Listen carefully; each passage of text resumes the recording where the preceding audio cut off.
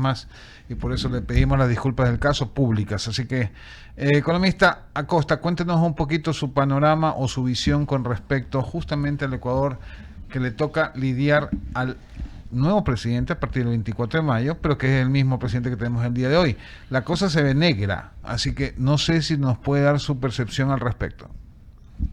Bueno, realmente este año va a ser un año de recuperación económica. Todos los indicadores económicos están ya apuntando hacia allá. El año pasado fue un año muy complejo. El año pasado todos conocemos, empezamos con una crisis de inseguridad sumada a una elevación fuerte de impuestos y terminamos el año con apagones masivos. Resultado, la economía se contrajo 2%. Ahora, para este año, la previsión es de una recuperación económica. La economía, según el Banco Central, estima que crecería 2,8%. Hay otros estimados del FMI que son un poco más bajos, pero en lo que sí es claro es que estamos en una etapa de recuperación, en donde la duda es si vamos a superar lo que sucedió en 2023 o no vamos a alcanzar ese nivel. Pero hay varios factores económicos que están impulsando esa recuperación, entre ellas la fuerte acumulación de liquidez que se produjo el año pasado.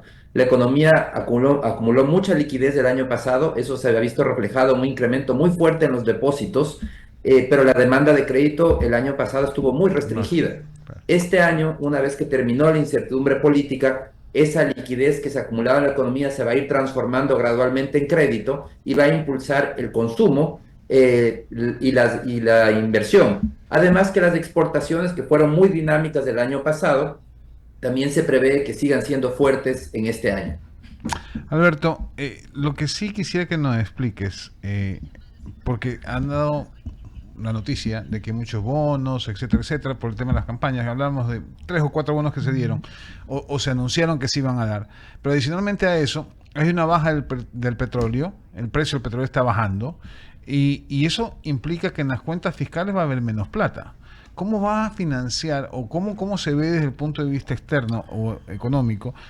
¿Cómo el Ejecutivo va a financiar todo lo que tiene que hacer en el presupuesto? Porque primero eran 4.000 millones de déficit. Hoy en día las cosas se van complicando más. ¿De dónde se va a sacar el dinero? ¿Cuál es la visión que se tiene desde el punto de vista, ya que el riesgo país ha caído y efectivamente hay una mejor estabilidad en el tema de político? Pero quisiera ver con tu visión cómo arreglar este tema, porque la verdad es que está complicado. A ver, por el lado fiscal, hay algunos desafíos de este año, como bien mencionas. La caída en el precio del petróleo complica las cuentas fiscales. Por otro lado, para este año se esperaba y estaba planificado que el gobierno logre colocar en el mercado de capitales 1.500 millones de dólares, algo que no va a ser posible porque el riesgo país todavía está muy alto. Entonces, eso abre una brecha en las cuentas fiscales. ¿Qué puede pasar? Una alternativa es que el gobierno ajuste sus metas en el programa con el Fondo Monetario, podría conseguir más financiamiento del Fondo Monetario. Otra alternativa es que aumenten los atrasos nuevamente. El año pasado todo el dinero que otorgó el Fondo Monetario permitió, y los multilaterales, permitió reducir atrasos. Para este año podrían elevarse nuevamente los atrasos por estos problemas, o la alternativa podría ser una combinación de todos estos factores. Claro, el tema del precio del petróleo, que a este momento ya está por debajo de lo presupuestado, hay que ver cuál es la evolución de mediano plazo. No podemos asegurarlo. Sabemos que la política norteamericana de Trump es una máquina de generar incertidumbre, de decidir una cosa, suspenderla al día siguiente, duplicarla al tercer día, dividirla para 4 al cuarto día. Es decir, todo puede pasar y eso es parte de esta incertidumbre y ya se está viendo reflejado en una caída, una desaceleración en el crecimiento mundial debido a esta guerra arancelaria y toda esta incertidumbre que genera Donald Trump. Pero a nivel del Ecuador, el crecimiento se prevé que sea un poco más fuerte de lo que se había anticipado. Incluso el Fondo Monetario Internacional actualizó su previsión de crecimiento del Ecuador hacia arriba. Y esta posibilidad de crecimiento viene por un lado por el efecto rebote. El rebote de que ya el año pasado parte de la contracción se produjo por los fuertes apagones. Si no tenemos apagones, ya esa interrupción, el crecimiento no va a haber y la producción vuelve al nivel previo. Y parte por toda esta liquidez que se ha acumulado que debería permitir un crecimiento incremental, no solamente volver a lo que tuvimos, sino un crecimiento todavía algo por encima. Pero sí, hay que estar claros de todo este crecimiento, incluso cuando hablamos de un 2,8%, es un crecimiento todavía insuficiente, porque estamos hablando de 2,8 después de haber perdido 2% el año anterior. Entonces, el país tiene ese gran desafío de las reformas estructurales, de hacer crecer a la economía de manera permanente y a tasas importantes. Y eso solo se va a lograr con reformas estructurales que además son necesarias para poder implementar, son necesarias reformas constitucionales. Las reformas tienen que ser de fondo en el entorno para la inversión. La única duda que tengo, Alberto, es si se bajan los ingresos en el Estado, se contrae la economía, ¿cómo se piensa crecer? O sea, la verdad es que el 2,8 me deja ahí como que puede ser como que bien difícil. O sea, lo que hay que separar es una cosa es del Estado y que el Estado no tenga plata, eso es distinto a que sucede con la economía en su conjunto. El año pasado, por ejemplo, tuvimos un buen año para las exportaciones. La mayoría de sectores les fue bastante bien. Claro, al cacao le fue extraordinariamente bien. Y en medio de eso tuvimos además una economía interna deprimida que se contraía. Entonces fue una economía a dos ritmos. Todo lo que era para el sector externo tenía un mejor desempeño, la economía interna muy deprimida. Para este año se prevé esa recuperación en la economía interna y que el sector externo siga siendo resiliente.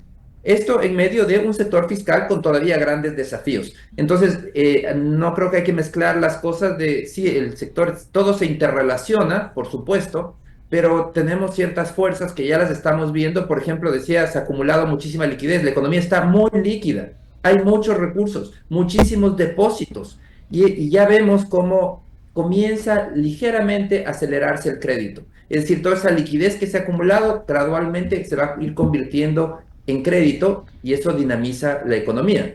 Vemos también que hay unas fuentes externas de liquidez muy fuertes.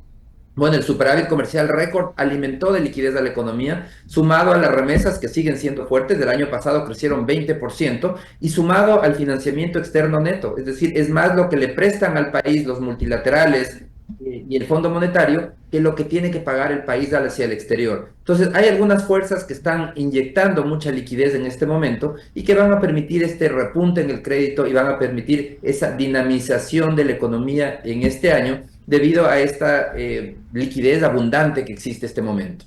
Muy clara la exposición, mi querido Alberto. Le doy paso a nuestra querida Cecilia Druet, que tiene más preguntas para usted. Adelante, Cecilia.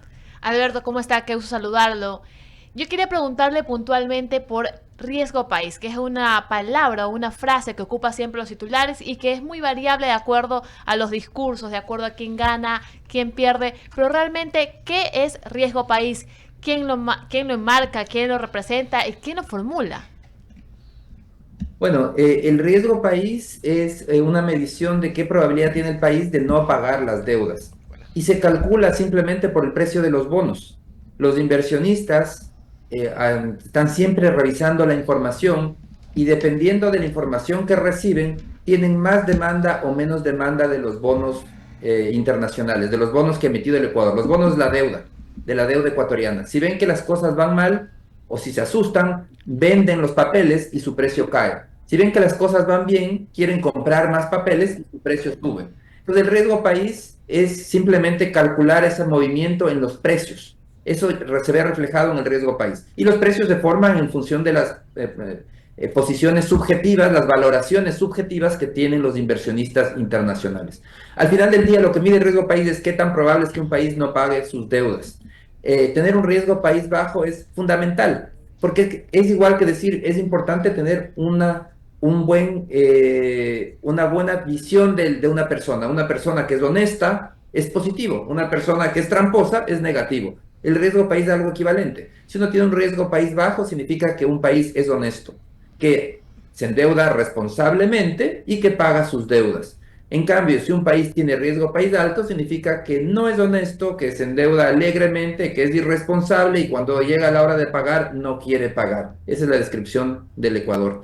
Entonces, para el Ecuador, con un riesgo país muy alto, significa que está cerrado el mercado de capitales. Y si bajara algo más del riesgo país, podríamos volver a financiarnos en el exterior, pero nos prestarían al doble que lo que le prestan a Colombia, es decir, mucho más caro, o al triple de lo que le prestan a Perú, muchísimo más caro. Ese es el costo de ser mal pagador. Ser mal pagador, igual que al tener una mala reputación, una persona natural, es siempre negativo. No le conviene a ningún país, como igual que no le conviene a una persona hacerse una mala reputación de ser mal pagador o de ser tramposo. Y en la actualidad, con el riesgo país que tenemos, ¿cuáles son las oportunidades que tenemos también en nuestra economía? Con el riesgo país actual, el mercado internacional todavía está cerrado. Antes de las elecciones, cuando se pensaba que Noboa iba a ganar en primera vuelta, el riesgo país cayó muchísimo. Llegó a 900 puntos. Estuvo muy cerca de poder regresar al mercado de capitales. Ya con 700 puntos probablemente el país ya podía regresar al mercado de capitales. Pero vinieron los resultados electorales y el riesgo país se disparó alrededor de 1900 puntos. Sí, con el triunfo de Noboa cayó nuevamente. ¿Cuál era la preocupación de los inversionistas? Que retorne esas políticas populistas, destructivas, las políticas del pan para hoy, hambre para mañana, del viva la fiesta que proponía Luisa González, la emisión de ecuadólares, entre otros. Y eso es lo que preocupó tanto a los inversionistas y vendieron papeles de deuda ecuatoriana agresivamente. Decían, este papel no quiero, es demasiado riesgo. Y por eso el riesgo país se disparó hasta 1900 puntos. Ahora ha descendido nuevamente, alrededor de 1200 puntos en la actualidad, pero todavía le falta un camino por recorrer para que pueda retornar el país a financiarse y endeudarse en el mercado internacional de capitales. Muchísimas gracias, Alberto. Le paso la entrevista a Javier, que tiene más consultas. Gracias, Cecilia. Estimado Alberto, ¿cómo le va? Un gusto saludarlo a esta hora de la mañana. Usted, revisando su canal de WhatsApp, puso hace unos días atrás que hay, o que todos se le tienen miedo a una asamblea constituyente. La constitución actual no es la que realmente nos va a seguir salvando, economista. Definitivamente. A mí me preocupa mucho esta discusión de cómo reformar la Constitución, y ahí los especialistas son los abogados, donde dicen las distintas opciones, las distintas vías, pero me preocupa mucho que los temas económicos queden de por medio. Sí, la preocupación, la discusión es siempre el tema político, la reforma política, que es fundamental, es muy necesaria. Si el Consejo de Participación Ciudadana, ¿cómo lo eliminamos? Temas cruciales, pero no podemos dejar de lado los temas económicos, y por eso es que me preocupa mucho que con estas reformas parciales los temas económicos se queden de lado. Y el problema que tenemos es que tenemos una constitución socialista que bloquea la inversión privada. Hay un tema fundamental ahí, todas esas barreras que existen para la inversión, porque la constitución está pensada en cómo se hace que el Estado tenga un terreno solo para él, exclusivo. Los sectores estratégicos, que es un concepto que tiene que ser eliminado urgentemente. El sector estratégico no es otra cosa que decir esto es un monopolio estatal, en donde la inversión privada es tolerada por excepción. Entonces hay que justificar la excepcionalidad, es decir, no es que cualquiera pueda invertir, no, eso no está permitido, solo está permitida la inversión pública, la regla es la inversión pública, el resultado es de insuficiente inversión, eso lo vivimos en electricidad, apagones masivos, un sector estratégico, petróleo, caída libre, hemos perdido 100,000 barriles por día en la última década, por insuficiente inversión, porque es un monopolio estatal. Entonces, lo que tiene que hacer el país es eliminar el concepto de sector estratégico, de decir, en el Ecuador se recibe, toda inversión es bienvenida, pública, privada, mixta, en todos los sectores, sin excepción.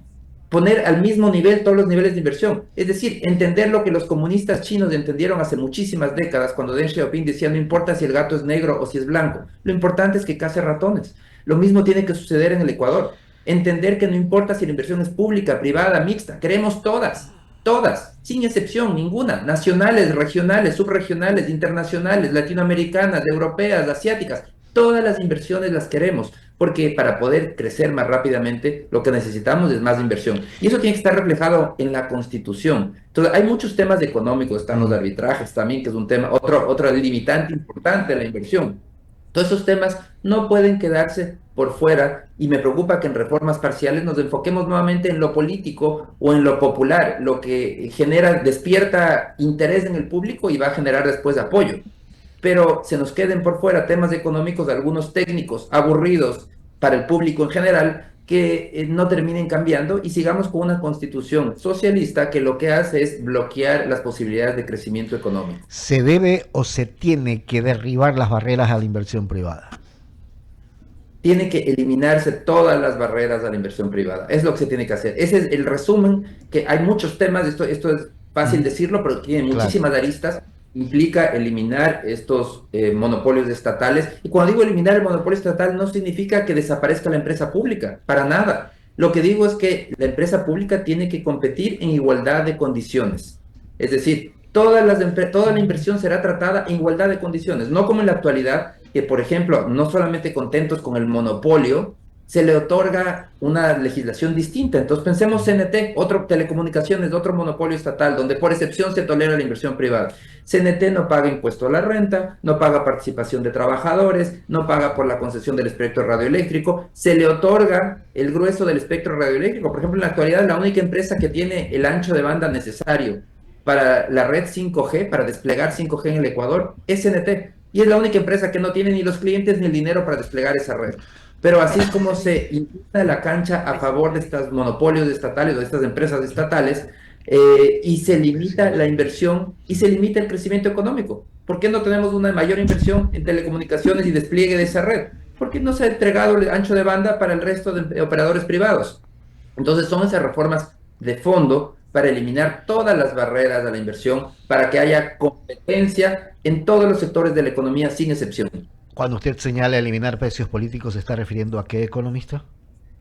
Bueno, en electricidad, por ejemplo, el precio lo fija el Estado. No hay un precio de mercado. No existe un mercado mayorista como existe en todas las regiones, en varios países, en Colombia, Perú, Chile. Existe un mercado mayorista en donde los grandes generadores venden libremente su electricidad al precio que se determine en el mercado. ¿Y quién compra? Compran las grandes distribuidoras. Ojo, esto tampoco significa que cambie la tarifa al usuario final. Eso no, el mercado mayorista es a nivel de los grandes generadores. Pero al tener un mercado mayorista, existen precios de mercado y eso abre la posibilidad a la inversión. Porque en este momento hay un precio político que además el gobierno de Rafael Correa tuvo el cuidado de fijarlo por debajo del costo.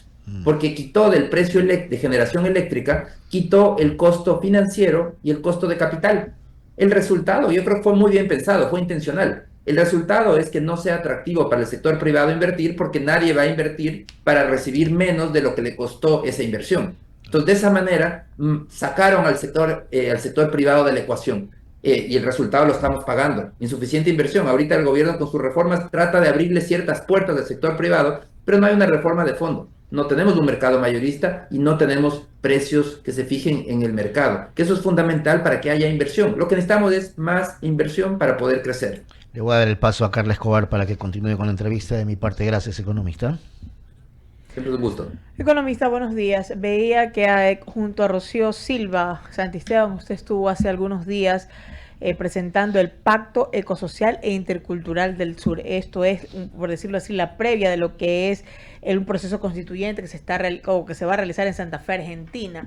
Y un poco veía parte del discurso y todo. ¿Y qué de lo que usted escuchó, ya que estamos hablando, y ya que Javier Segarra tocó el tema de constituyente, qué de lo que usted vio que se está haciendo en Argentina, los cambios sustanciales cree, sobre todo en materia económica, que nosotros como ecuatorianos deberíamos también incluir? Más allá de que yo creo que lo más rápido sería también, teniendo mayoría, utilizar los proyectos económicos urgentes, pero ¿qué cree usted que es lo que deberíamos omitir o agregar a la nueva Constitución? Bueno, primero una pequeña aclaración. No soy yo quien ha estado en Argentina y ni he participado en esa reunión. Pero bueno, le respondo a la pregunta. Pero Alberto Acosta, entonces estuvo su papá. Sí, exactamente. Ah, ok. Entonces, no, esa es una confusión de... Hago la aclaración. Lo vi en su cuenta de X. Sí, yo no estuve ahí, entonces esa no es una confusión, debe ser la cuenta, no es mi cuenta. En todo caso, bueno, yendo a los temas importantes, ¿qué reformas debe tener la reforma de la Constitución en materia económica, que son los que menciono yo? La primera es garantizar la libre iniciativa privada, eliminar todas las barreras legales, como conversamos, las barreras regulatorias y burocráticas que impiden y desincentivan la inversión privada nacional o extranjera, en cualquier sector de la economía. Es decir, que el país sea atractivo para invertir, abierto para invertir, bienvenida a la inversión de todo tipo, en todos los sectores de la economía, sin excepción. Porque hay que estar muy claros. Nos quejamos que no vienen los inversionistas, pero no vienen porque no quieran, no vienen porque no les permitimos, porque les bloqueamos el acceso, empezando desde la misma Constitución. El segundo tema fundamental, derogar el concepto de sectores estratégicos y abrir la puerta a la competencia. Que el sector público y privado compitan palmo a palmo en cualquier sector de la economía, en todos los sectores de la economía. Tercero, que el Estado garantice la libertad de comercio. Esto significa eliminar barreras que impidan ese libre comercio de las personas. Un tema cuarto y fundamental, el Estado tiene que garantizar también la libre movilidad de capitales. Lamentablemente en el Ecuador tenemos barreras al flujo de capitales. Hicimos lo más absurdo que podía ser, poner una barrera a la salida de divisas, y no nos dimos cuenta que eso fue equivalente a construir un muro, y no nos dimos cuenta que el 99,999% de los dólares del mundo se quedaron del lado de afuera del muro. Entonces construimos un muro para que supuestamente no salgan las divisas, pero los dólares se quedaron por fuera, porque la mayoría de dólares del mundo están fuera. Entonces es un absurdo una política para evitar que salgan, cuando lo que necesitamos es una política para atraer, para que ingresen esos capitales. Y un tema quinto y fundamental y transversal es una constitución en donde se garantice el derecho inviolable a la propiedad privada y a la libertad individual, a la iniciativa individual. Eso es fundamental, porque si queremos inversión, necesitamos garantizar que esa inversión, primero, que se puede hacer en las distintas áreas sin límites, y además que se puede, que se reconoce la propiedad privada también de manera irrestricta. Caso contrario, seguimos teniendo lo que tenemos ahora, un país donde hay mucha incertidumbre para inversión, porque podemos hacer una consulta en la que los ciudadanos decimos: queremos cerrar el cuarto bloque petrolero del Ecuador, pero ya invertimos. No nos importa, queremos cerrarlo, que se acabe, que se lleven esa plata y que se vayan.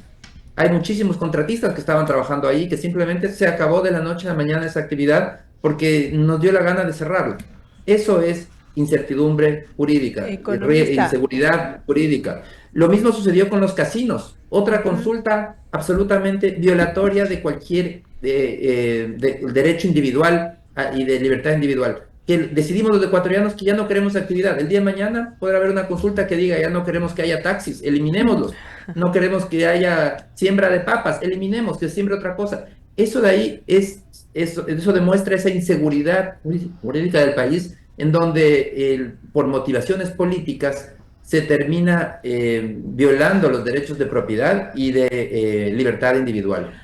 Sin embargo, la gente sigue jugando en los casinos virtuales. Y hablando de temas virtuales, ¿cuál es su opinión en relación a las monedas virtuales? Vemos que ha ingresado con fuerza a varios países de la región. En el Ecuador no se tiene una ley, no hay nada en que permita utilizarla. ¿Usted cree que sería beneficioso para el país ingresar ya también, o incluso, por qué no decirlo, tener en algún momento la creación de una moneda virtual? Me refiero a una moneda virtual, al Bitcoin, a todas estas cosas, no a las monedas virtuales de las que hablaban en el pasado los grupos que son de izquierda, ¿no? No, a ver, las criptomonedas de este momento se usan cada vez más a nivel global. Son monedas sin un estado, es decir, no las emite ningún país, están por encima de las leyes o están en otra esfera de las leyes, no tienen fronteras.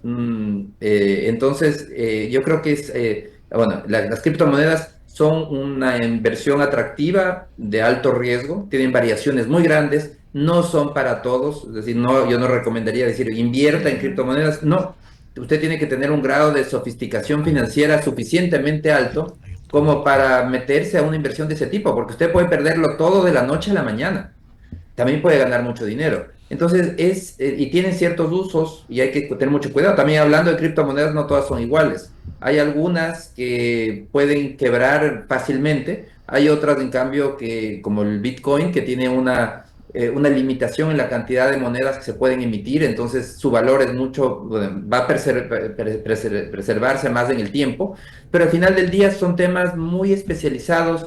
Yo creo que lo que se tiene que hacer en el Ecuador en materia monetaria es permitir la libertad a los ciudadanos para escoger la moneda que quieren. Y con esto me refiero también al dólar. Yo no creo que en la Constitución deba decir que el Ecuador va a usar dólar.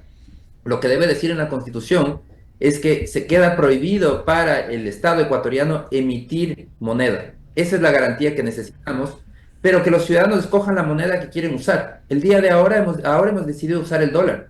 ¿Qué nos dice que el día de mañana queramos usar euros o yuanes o una mezcla de las distintas monedas? Puede suceder, eso dependerá de las relaciones comerciales que tenga el país y de qué es lo que más le conviene a los ciudadanos. Entonces yo creo que hay que permitir esa libertad de los ciudadanos para escoger la moneda con la que más les conviene usar. Si es que intensificamos nuestras relaciones, por ejemplo, con Europa, es muy probable que comience a transarse también en euros localmente y que podría ser una alternativa también muy atractiva para los ciudadanos. Entonces, eso tiene que ir, yo creo que lo importante y la clave es no devolverles a los políticos la capacidad de emitir dinero, ya sea virtual o físico, porque los políticos siempre van a abusar de esa capacidad, porque los incentivos están puestos para que gasten alegremente y la manera de financiar ese gasto alegre, la manera más fácil, es emitiendo dinero. Por eso es que cualquier moneda que venga de los políticos va a ser una moneda mala. La necesitamos en el país de aceptar cualquier moneda, pero siempre la única que no podemos aceptar es la que emiten los políticos en el país. Agradecerle, economista Costa, a esta hora de la mañana la entrevista que ha concedido Radio Hoy 99. Muchísimas gracias, siempre es un gusto. Gracias, economista Alberto Acosta Burneo. Son las 9 de la mañana con 26 minutos.